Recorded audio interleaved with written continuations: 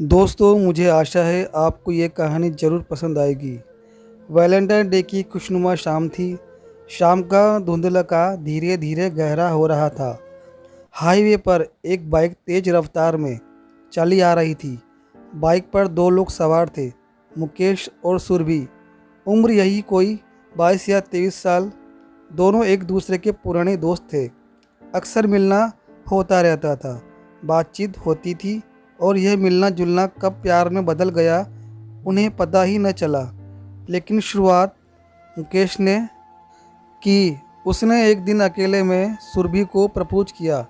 एक प्यारा सा गुलाब का फूल देखकर मुकेश की बात सुनकर सुरभि चौंकी तो ज़रूर, पर हैरान नहीं हुई, क्योंकि कुछ दिनों से उसे भी कुछ कुछ होने लगा था।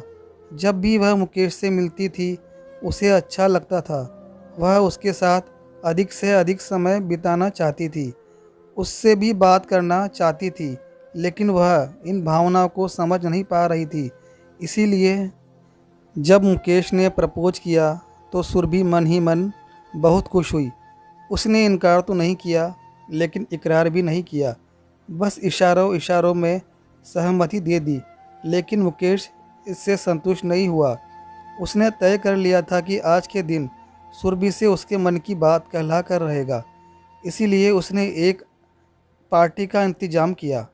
पार्टी में दोनों के करीबी दोस्त आने वाले थे और वहाँ पर ढेर सारी मस्ती करने वाले थे।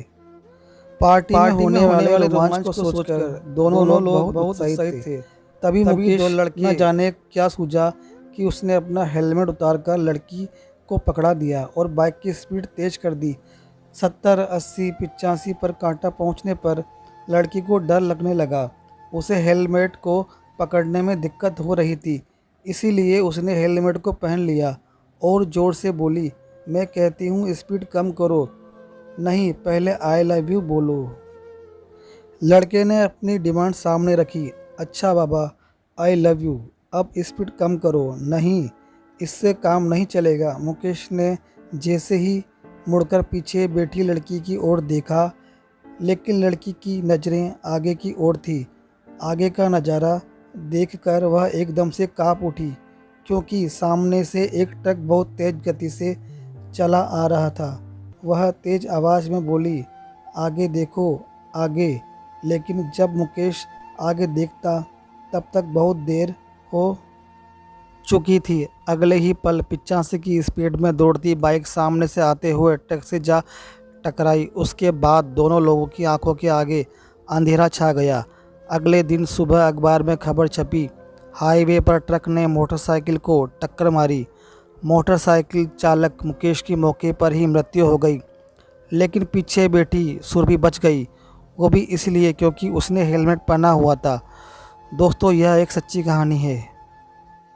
यह बहुत कुछ कहती है। आप खुद समझदार हो, मतलब तो समझ ही गए होंगे। दोस्तों, कहानी अच्छी लगी हो तो चैनल को ज़रूर सब्सक्राइब कर दीजिए। धन्यवाद।